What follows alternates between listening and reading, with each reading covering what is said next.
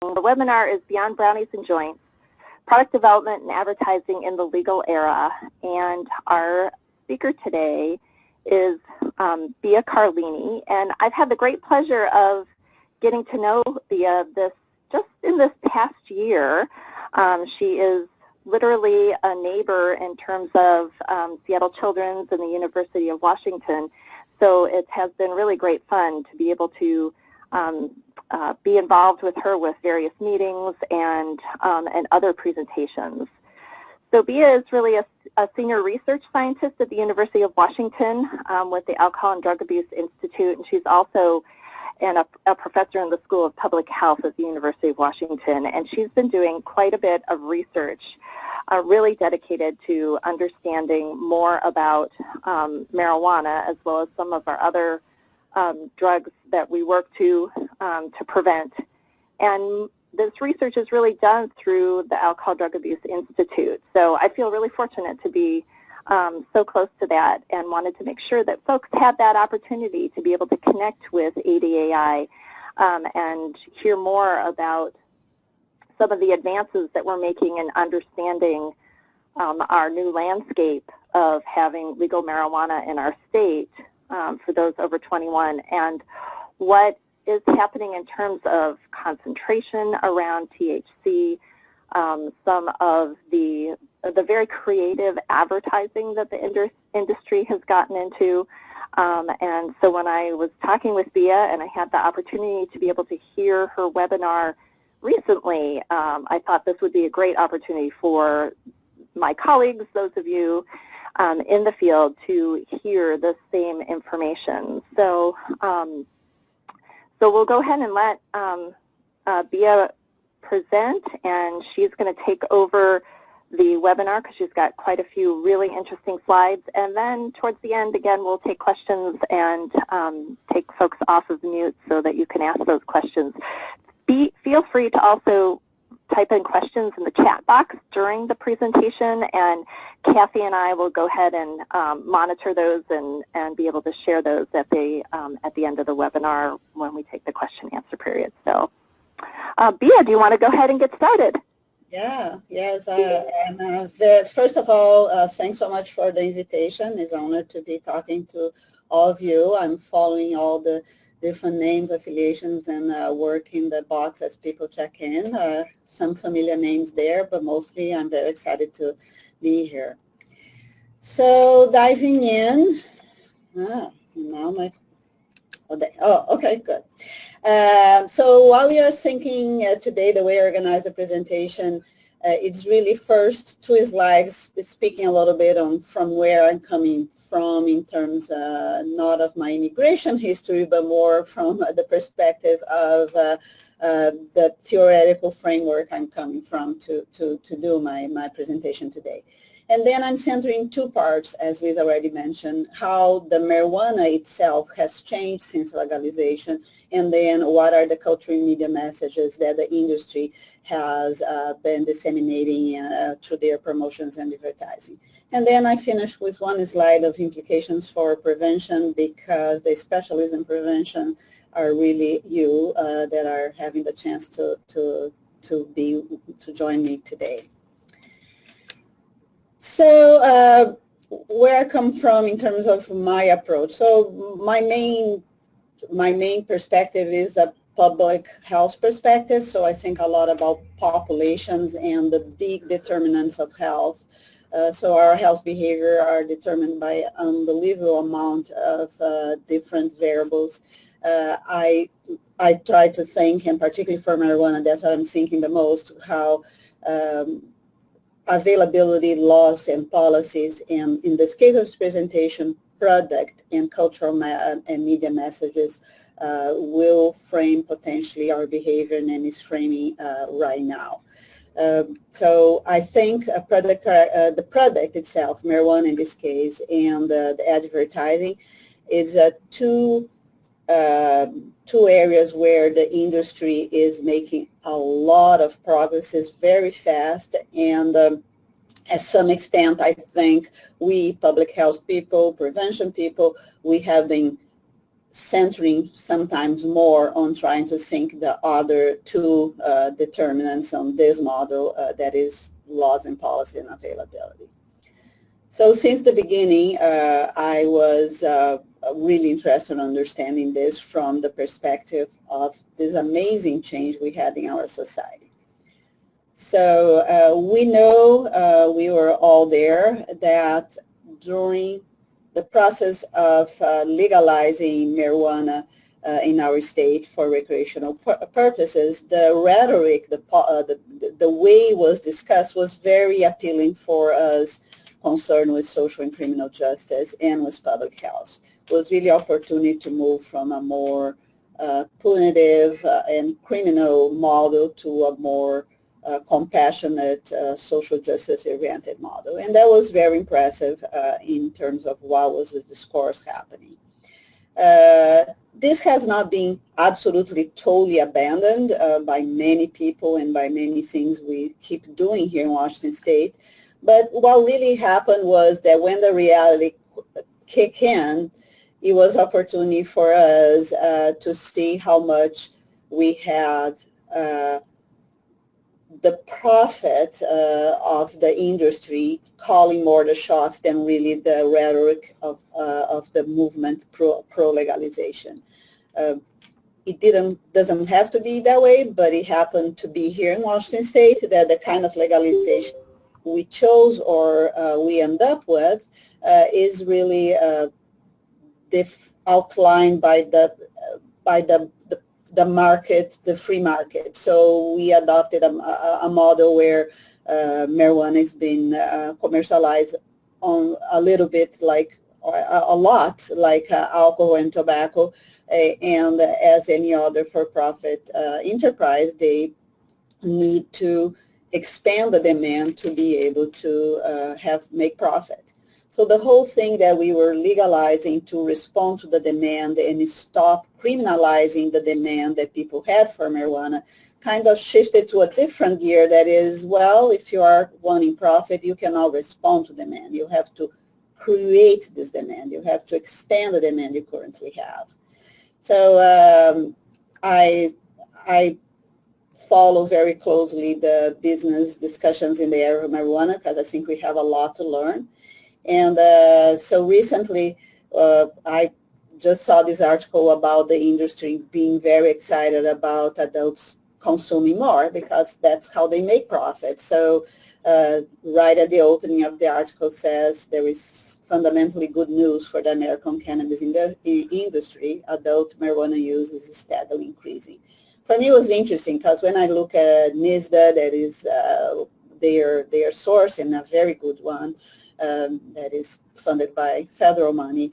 I never think about celebrating increase of any substance, but that gives a good example how the industry organize their approach around the product they are now have the right to commercialize. So that being said, with this background, let's go to the first topic, that is how the industry has developed marijuana. And once they are looking for expanding the amount of consumers and they usually do this by any company. There's nothing in particular with marijuana. The way you do this in great part is by getting your product and making more efficient, convenient, and in the case of marijuana, discreet to use. So this first part here, this first graphic here shows that, and we know that marijuana has had a chance to increase their potency for a long time. That's not new. It has nothing to do with the legalization. The fact that all this new technology in terms of the cultivation of the plant made it possible to make a more potent plant. So, you know, the example here is like you need less marijuana for the same effect. After the legalization, what happened was this same process increased tremendously. So you have even a more potent product at a point that it become the driving to potency of THC became so big that marijuana at some point became something else. And I'm going to explain this with more detail. So the plant is surely being transformed into an oil or a concentrate. And this is gaining more and more market share as here in Washington. And we have to pay attention to that.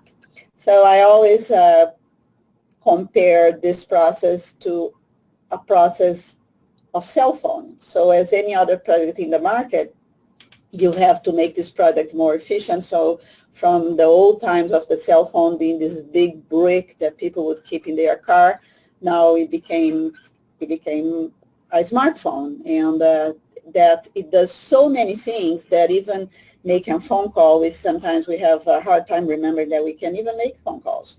So it's the transformation of the product in the process of trying to be more efficient, convenient, and discreet. So how is this happening here? So bear with me, we are going to show some graphs. So this editorial comment here, interesting enough, this is a very detailed analysis of what is happening in Washington, unfortunately funded and conducted in the state of California. So it's my editorial comment of the lack of funds we have for research here. But they analyze 30 million cannabis sales in Washington state, and the first thing they are saying is how the marijuana flower has become more efficient since July 2014. So in the little blue, disappearing blue there, you're going to see the availability of flowers that have less than 10% of THC. So you're seeing this disappearing, and the purple and the green that are marijuana flowers from 15s to more than 20 THC potency increasing in the market like big time. They are basically dominating the market in Washington state. So this is since legalization, and it's always a good reminder to think like in the Netherlands, that is what people always compare what is happening here, the potency of marijuana flower is tapped into by only 14%. So 14% is the max allowed by law there, and we are talking about a very, very efficient flower. So you need less and less for getting a really strong intoxication effect.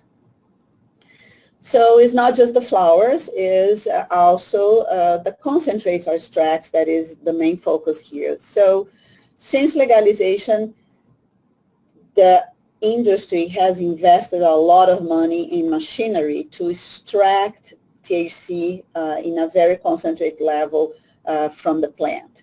This is not news. People knew how to do that before, but nobody had invested in machinery to do that at a level to be able to deliver so many products so fast to the market.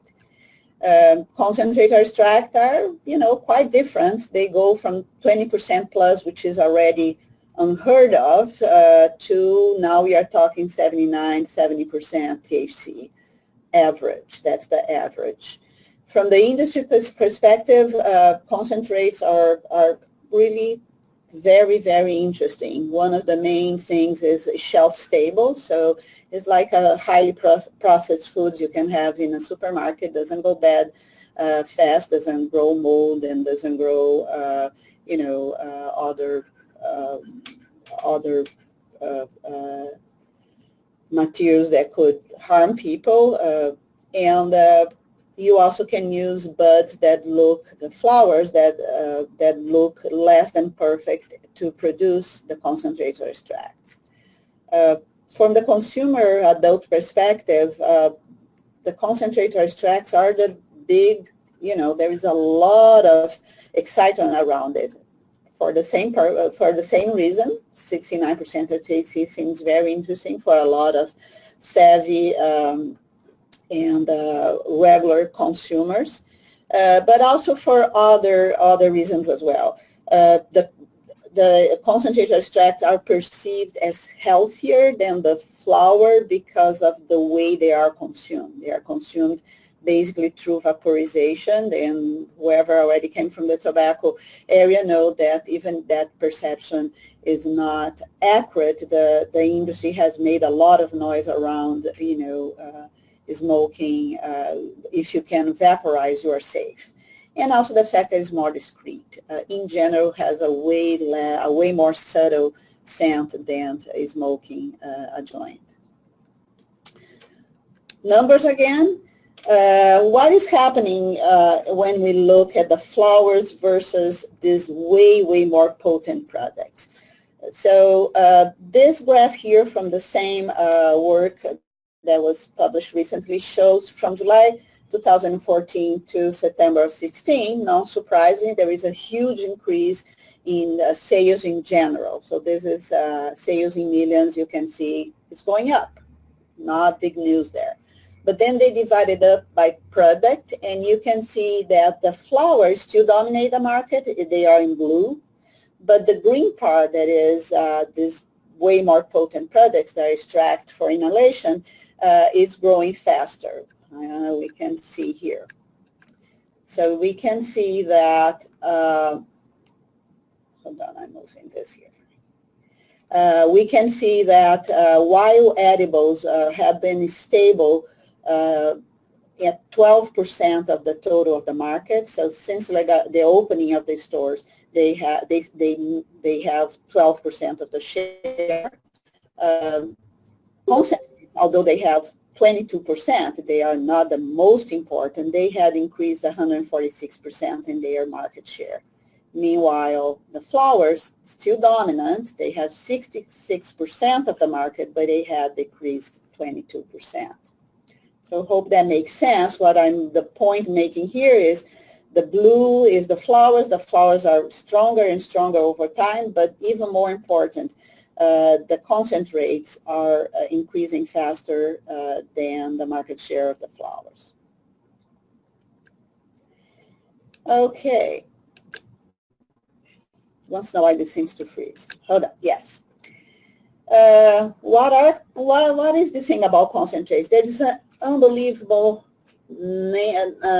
variety in names and in products in the market. It's really something that is hard to follow up. Every day there is a new thing coming up. So I'm doing like just a very general distribution of the types of concentrates. I think this is important when you are discussing or talking to people that you show that you understand a little bit where they are coming from. There is also a reference from a fact sheet I wrote for ADAI and is available for more information on this. So you can do concentrates by 3 methods. Right now, who knows tomorrow? By extracting with water or solvent or CO2. The water, the hash has been going on for a long time. They are not really the new kid in the block, and they are really not the ones that are increasing the most. What is increasing the most is solvent-based concentrates and CO2 extracts. The solvent-based, the main ones are wax and shatter at the moment, with these 2 others, butane, honey oil, and Rick Simpson oil increasing in the market. The perception of them being healthy is, surprise, surprise, questionable. For doing these products, you need to extract with naphtha, ether, butane, and although the companies say that mostly everything evaporates, making vaporizing safe for these products, there are some research showing that not really. You get a sample from the market, you make analysis, there is a lot of these products, is still a significant amount is left and may have implications when inhaling. For CO2 is by far the most the safest method to do it, but a lot of CO2 extracts are later mixed with glycerol, so they become possible to put them in cartridges that are using for concentrates.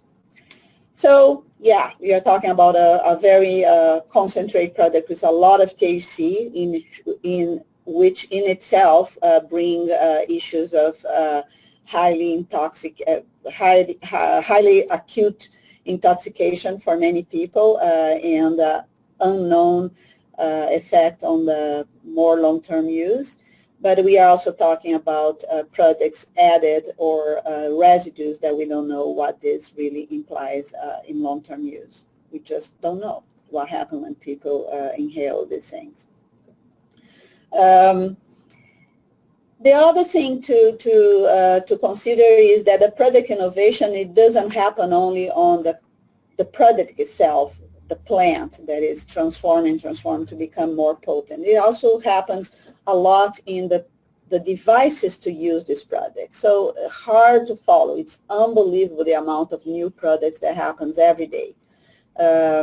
It goes from what is very recommended for tourists in the stores, that is a one-time joint. See, this one here has 5% of THC, and with the promise there is no glycol in it, which might be a little difficult to produce, but that's what is being said here.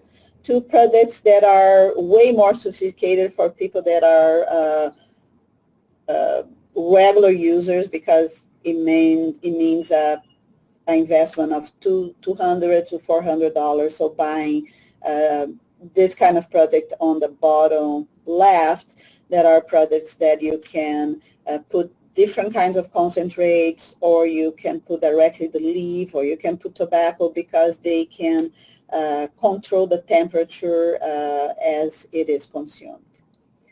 It's important to say that for this product, it's very possible that although the concentrate is way, way, way more potent than the flower, that some people are able to titrate or to take just a little puff to compensate for the potency, making then this product more efficient and less and potentially less scary than it looks like when we think about something that has 75% of THC. We don't know that yet. It might be true, and it might not be true that some people might be able to titrate and compensate for this very high potency, but it's definitely something that needs to be studied further. This is not the case for dabbing. So dabbing is yet a different way to use concentrates, and this does not include flowers. Some of you may have heard about it, and this is the dabbing before legalization, or right in the beginning of the legalization. A very cumbersome process that looks a lot about using crack, that has several, big paraphernalia, but basically if you have any question on how to use, you have everything here explained in the stranger on how to do it. You use a blowtorch, you use a dabber, you drop the concentrate.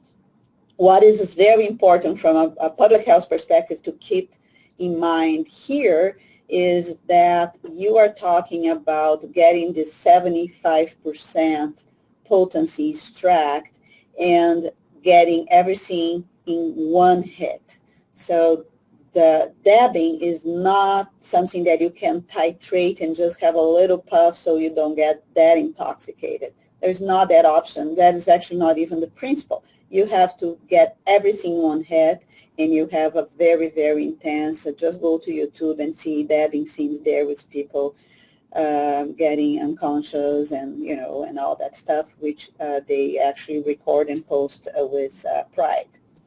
The industry is changing the dabbing too, because dabbing is kind of an insightful process of seeing somebody consuming. You really think they are using crack. But in the product development, after realizing probably that was very hard to simply bypass the desire of some people use it that way, you have now some companies producing more sophisticated dabs. So it looks way more stylish. The e-dabs, particularly this one, I found in a report that it was about describing all the new dabs coming in the market with the name "The Best Dab Rig for Any any situation, suggesting that, yeah, why not use before work and after work and during lunch break and in the weekend. So there is a DAB rig for any situation. Rig is actually the name of the device for dabbing. Okay, so so this is a little bit about product development, or how these things have changed over the years, and how the weed that we think we have to focus prevention and education and treatment may be not the weed that we really have to pay attention anymore. These products are gaining a market share fast. Whether or not they are going to dominate entirely the market or not is a question to think about. We don't know yet, but it's something definitely to be paid attention when talking to people. The second part is about the cultural messages being disseminated by the industry. So it's a new industry, so it's very hard to really say where they are, exactly what is the main message of couple of messages, or, you know, what is their menu of optional messages. There's a lot of noise and a lot of people coming to the area from old times, new people. So it's very hard to predict exactly where it's going to go. But branding, national brand is still not possible, and big investors are coming to the plate. Industry, the strategic planning that we see in alcohol and tobacco areas is still way more in the beginning. So what I'm going to present to you in this, it's a little more what I have learned by looking at really upstream. I'm not looking in this. What I'm going to present here is not what I see, what I have been seeing in the ads directly to the general public. That's, you know, billboards you have been seeing and things that you can see every day. It's really more either from the business perspective, what they're planning, what they are saying. So Marijuana Business Daily, I read every day. So to really try to understand what are their plans in marketing and promotion. And I'm choosing here Dope Magazine as the example. Is a free magazine that is beautifully done and is available in many of the stores. And Leafly is was a startup that was acquired by big investors from privateer holdings. So what are they saying? And by no means this is like a study that is systematic. Is really from my experience to be following this and try to identify the main trends. I still think if we want to respond to this industry, we desperately need to study more systematic their messages, and so we can respond effectively. So keeping that in mind, what are the three main things I've been seeing by following these publications?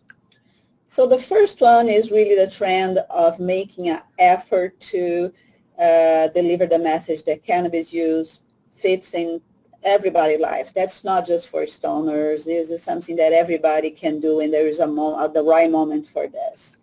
So ads like this one suggesting, you know, buying marijuana to put in the Christmas stocking, or celebrating July 4th, not only the independence from the, you know, independence of the United States as a nation, but also celebrate independence from prohibition.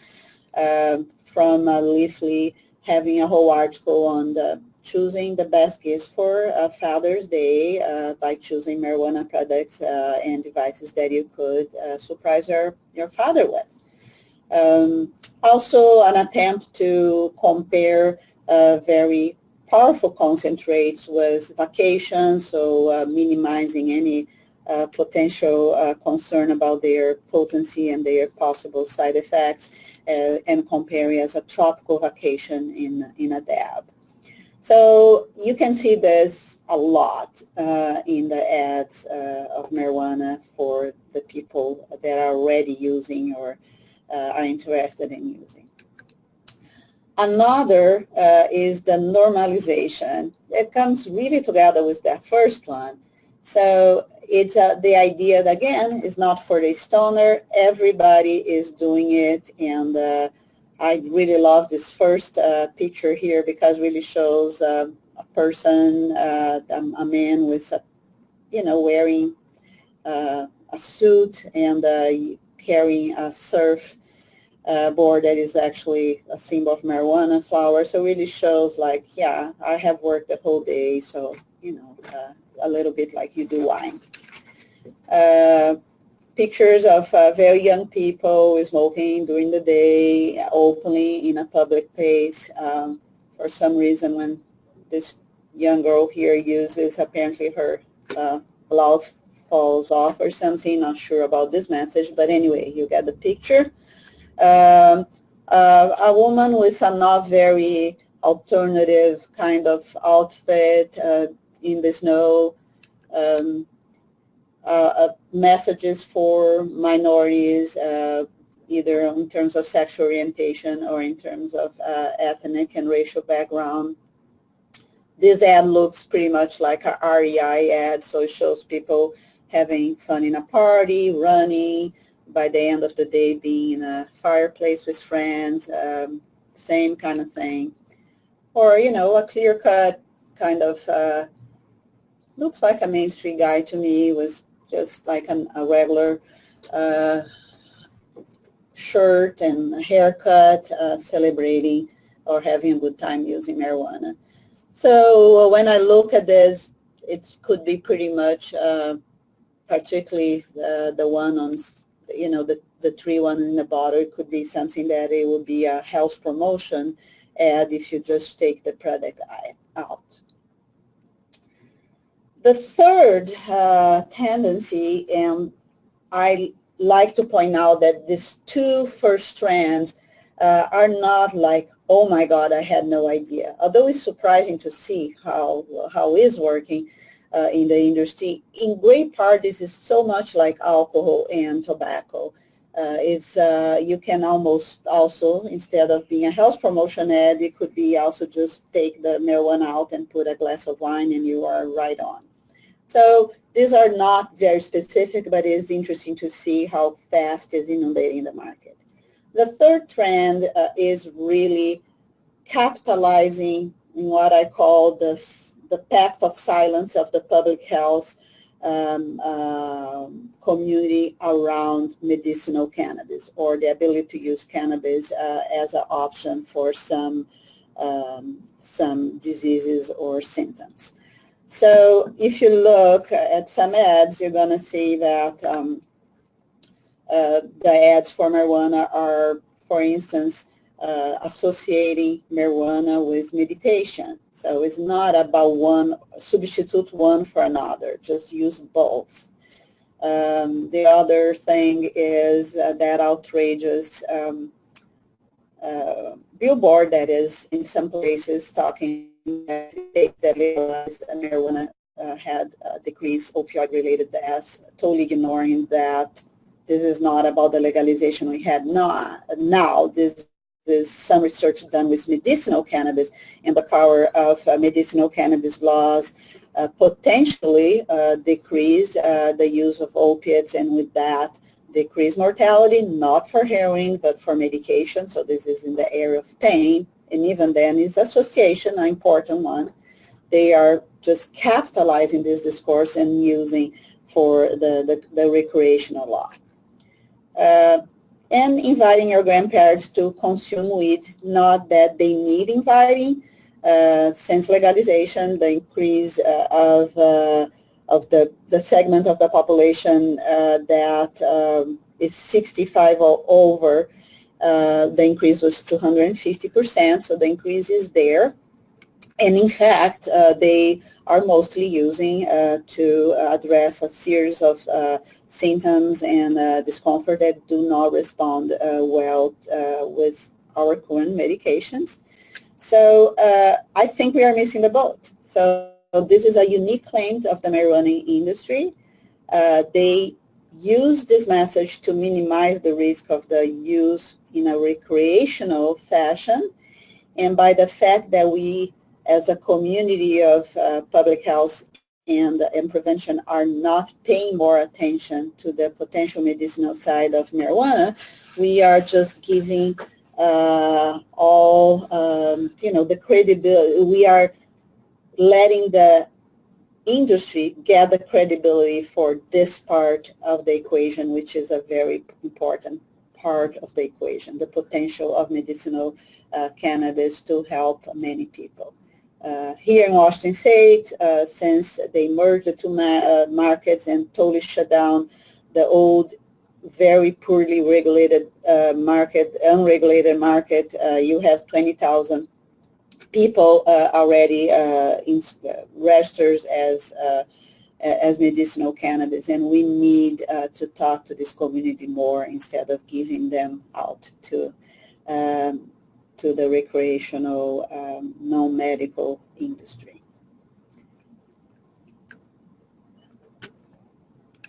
Okay. Another aspect to pay attention, and this is also, again, using the medicinal discourse here, is the agreement that the marijuana industry is doing with very mainstream ways of entertainment. So again, I learned this in Marijuana Business Daily, Netflix and alternative health herbal service in California are working together, and now you already have this Netflix original, Disjointed, and is basically in each of the company shows they are going to be releasing and associating that show, that episode, with a cannabis strain. So they are making something that is opportunity to get out in the market these different strains in the market of California, but is available for all of us to watch. I haven't watched because just the thought irritates me, but I should, and is one of the other ways that the industry works. Okay, implications for prevention was the disclaimer here that I'm not, I've been working mostly with the legal use of marijuana. I have not been focused much of my time, not for lack of interest, but just because I'm human, on underage use. But here are some thoughts with the work I have been doing in these two domains so far on the implications for prevention. So first is that I would recommend all of us to look more and read more, educate us better about what are the industry's messages and strategies. I think as a community we are centering way more understanding the plant and the risk about the use of the plant, and less on what are the risks of the free running market on this area. Yeah, we have a lot of regulations. It's very hard to implement, and the regulations are not enough. What is this market doing to public health? It's a fascinating moment. Like, why can I read what the industry is discussing? Because it's free on the web. And this is not going to be the case in few years. Try to see what is the strategy of the tobacco industry, for instance. It's very hard to get access to it, and this is a good moment to do. And the other thing is really the big marijuana will be the dominant voice in 10 years. What we are seeing now is a nascent industry with a lot of amazing individuals participating in it, because they come from a very idealistic approach, and I think as things develop from what we are reading and seeing, and what some health analysts are looking, is really that the big cannabis will come soon. We need to pay more attention to that. The second point that I think I already made is that ignoring marijuana medical benefits won't make the topic go away. This is going to be claimed over and over by the industry, and we are being silent with the people that are in fact using marijuana for their medical benefit. Just saying there is no research enough, it doesn't really help much. There is no research enough, but it's because it's forbidden to do the research in the United States. You cannot get funding. So we got to do better than that, and I invite we thinking as a collective doing better than that. Another point is, should we start thinking about asking for THC limit in products? Should we be more active on looking at solvent residue on these new products that come in door? So there is a lot of room for us to think about, proactively think about initiatives that were not thought out in the beginning, but maybe there is room to regulate them now. And last but not least, be prepared to change messages continuously. Like from everything I'm looking now, I think concentrates are going to be the big new thing. What if you are surprised and it's not? So we are now seeing the strategy of the industry of using the whole medicinal thing as their hook. What if that changed? So it's a nascent industry. We cannot stop and wait until to see where they are going, but we have to be prepared to change our messages as they adapt as well. And all the things that are presented, again, we need a more systematic study on the part of the strategy of the industry to really be able to say more. That's what I have for today, and I hope it was you guys learned something, and I'm totally open to answer questions to the best of my ability.